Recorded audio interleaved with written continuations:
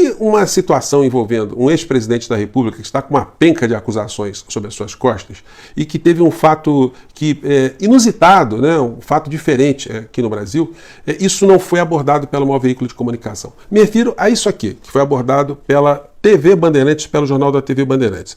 Eu vou colocar aqui e vocês vão entender do que eu estou falando. Vamos lá. Opa, fala, Eneg. O ex-ajudante de ordens de Jair Bolsonaro, Mauro Cid, foi ouvido pela Polícia Federal e pelo FBI. O depoimento durou quase 2 horas e foi por videoconferência. O coronel Mauro Cid na sede da Polícia Federal, em Brasília, e os investigadores da PF e do FBI em Miami. Desta vez, foram os norte-americanos que mais perguntaram. Existe um acordo de cooperação internacional nesse caso. O ex-ajudante de ordens de Bolsonaro disse que apenas seguia o que era orientado pelo então presidente e confirmou que trocou mensagens com um possível comprador de um relógio Rolex em junho de 2022, avaliado em R$300 mil, recebido por Bolsonaro pelo governo da Arábia Saudita. Cid disse ainda que esteve numa loja na cidade de Willow Grove, nos Estados Unidos, para vender um outro relógio de luxo da marca Patek Philippe, avaliado na época em quase R$350 mil. Os presentes recebidos por presidentes em viagens oficiais pertencem ao Estado, portanto não podem ser vendidos. Mauro e Bolsonaro venderam ou tentaram vender, pelo menos... O que acontece é o seguinte, o Mauro Cid, ele participou dessa situação inusitada de prestar um depoimento, mas ali em conjunto da Polícia Federal, ou concomitantemente, né, a Polícia Federal do Brasil e a Polícia Federal norte-americana, né, o FBI. Isso é uma coisa extremamente nova aqui no Brasil, né? Mas isso aí apenas funcionou como mais um elemento de prova para incriminar a figura do inelegível. Porque não tem como o Mauro Cid dizer, né, ou provar que tudo que ele fez foi absolutamente fruto da sua imaginação, né, da sua iniciativa, sem que nenhum tipo de aproveitamento da figura do inelegível. Vamos nos lembrar que o Bolsonaro saiu fugido do Brasil. Ele não tinha perspectiva de voltar, tanto é que ele pegou a grana que ele tinha em banco e transferiu para os Estados Unidos. Então, tudo estava desenhado para ele arcar com consequências dos crimes que ele cometeu aqui no Brasil. Portanto, ele levou uma muamba muito grande e o coronel Mauro Cid, que é considerado número 1, ou foi, né, no Exército Brasileiro, aluno exemplar e tal, não pode alegar que não sabia que estava levando coisas, né, de uma forma ilícita, que vender algo que pertence à fazenda pública não era uma coisa ilegal, né? Agora, por que ele estava fazendo isso? Já se sabe que uma parte do dinheiro que foi arrecadado com a venda desses objetos foi parar na mão do Bolsonaro, porque quem disse isso foi o pai do Mauro Cid, né? Então, isso está fazendo com que um conjunto de provas fique absolutamente irrefutável para colocar a figura do inelegível na condição de réu nessa situação e julgado será condenado, que não tem como dizer, eu não sabia, essa história que ele achava que o bem era dele, que tinha uma dúvida. Isso é história que os advogados dele estão contando, mas a legislação brasileira é muito clara nisso aí, né? Não dá para o servidor público, e o presidente da República era, no caso, ele foi um servidor público, né? Ele não poderia alegar o desconhecimento da lei, que poderia pegar e vender um bem, como por exemplo, um que não apareceu nunca mais, né? E a Polícia Federal está trazendo a comprovação disso, que foi o relógio Patek Philippe. Esse aí foi vendido e acabou. Talvez até o FBI lá, o FBI, né, esteja ajudando a localizar esse bem aí, né?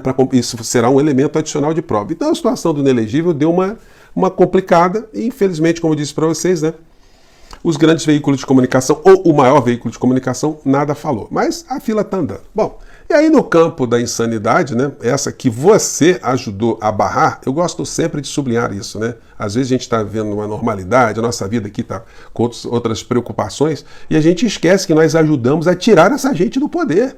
Porque se essa gente estivesse no poder, meu amigo, minha amiga, se você hoje está achando que tem algumas coisas que estão meio fora do lugar, que o governo Lula está deixando a desejar em algumas coisas, está fazendo outras, enfim, que nós temos desafios enormes no nosso país, lembre-se que se não fosse a sua iniciativa, a nossa e outros milhões de brasileiros, o cenário hoje seria o cenário mais caótico do planeta. Então, por mais problemas que nós tenhamos hoje na nossa realidade política e econômica do nosso país, é incomparável o que nós conseguimos fazer e conseguimos evitar aqui no nosso país se uma situação inversa tivesse acontecido, né? Não dá nem para comparar, como eu disse para vocês. Bom, e daí a gente vê uma situação que eu comentei aqui com vocês. A união dessa extrema-direita bolsonarista com os grandes veículos de comunicação, né? Defendendo pautas idênticas. Percebam só o que esse Gustavo Gayer diz, ele que é a figura hoje mais estridente junto com o Malafaia, sobre a desoneração de folha de pagamento que beneficia a Rede Globo de televisão, que está sendo beneficiado, o Grupo Globo, com o não pagamento, né, como outras empresas, de impostos referentes a recolhimento para o INSS pela cota do empregador. Né? Aí a figura está defendendo a mesma pauta, né, reclamando aqui. Vamos ver o que ele diz aqui. Instituição para a democracia. O Congresso, né, deliberou, votou e aprovou a desoneração para facilitar a geração de emprego. Desoneração é muito importante para facilitar as empresas, os empresários, para contratar pessoas gastando menos dinheiro com tributos e impostos e assim melhora a economia. O objetivo é dar uma turbinada, dar uma acelerada na economia que está passando por sérios problemas, olha só, sérias crises. Isso que esse papagaio tá repetindo, isso não tem comprovação nenhuma.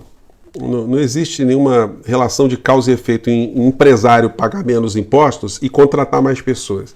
É muito simples a equação, gente. Vocês que acompanham nosso portal há mais tempo sabem que até pouco tempo tive um restaurante, né? A gente chegou a ter 42 funcionários. Né? E se nós tivéssemos ali uma diminuição do valor de imposto, alguma coisa, a gente não contrataria um funcionário instantaneamente, porque a empresa contrata um funcionário quando está precisando de um funcionário. E não porque teve uma redução de imposto. Quando você tem uma redução de um custo, imposto é um custo, você aumenta o seu lucro, a sua margem de lucratividade.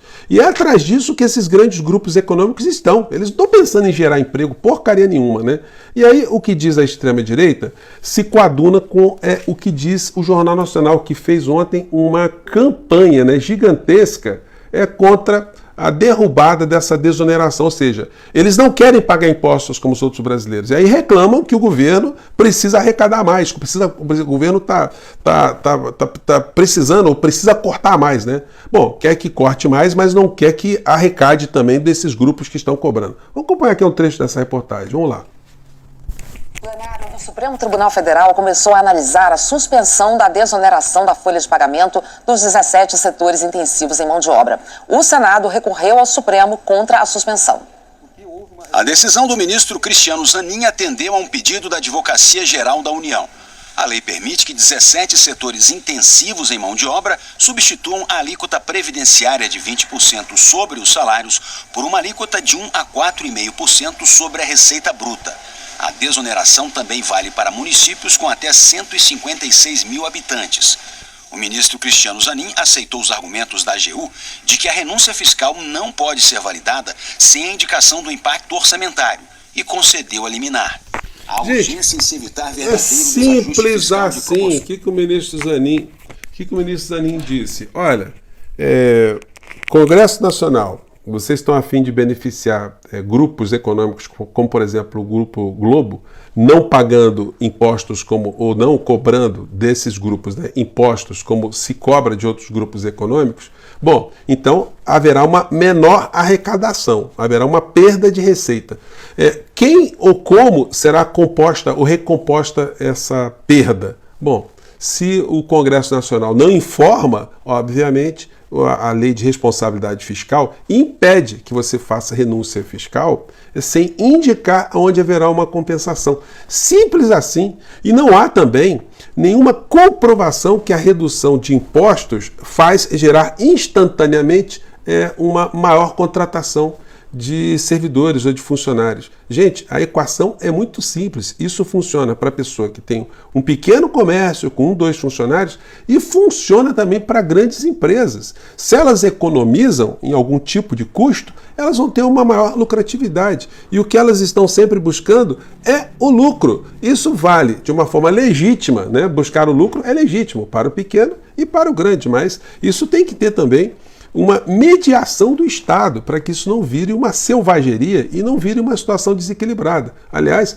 um princípio constitucional que fica violado com esse tipo de mamata que as organizações Globo e outros grupos econômicos estão postulando, estão tentando enfiar a goela abaixo, é o princípio da igualdade. Todos nós somos iguais perante a lei. Você não pode ter grupos que sofrem ou que recebem privilégios em detrimento da grande parcela do povo brasileiro que não tem esse tipo de benesse, né? Bom, e aí quem está junto nessa história? A extrema-direita bolsonarista e os grandes veículos de comunicação, os grupos econômicos. Então, gente, nunca se iluda não. Essa gente não quer desafiar nenhum poder real, nenhum poder concreto. Eles querem apenas distrair a sociedade brasileira para que tudo permaneça exatamente como está ou piore para o povo brasileiro, né?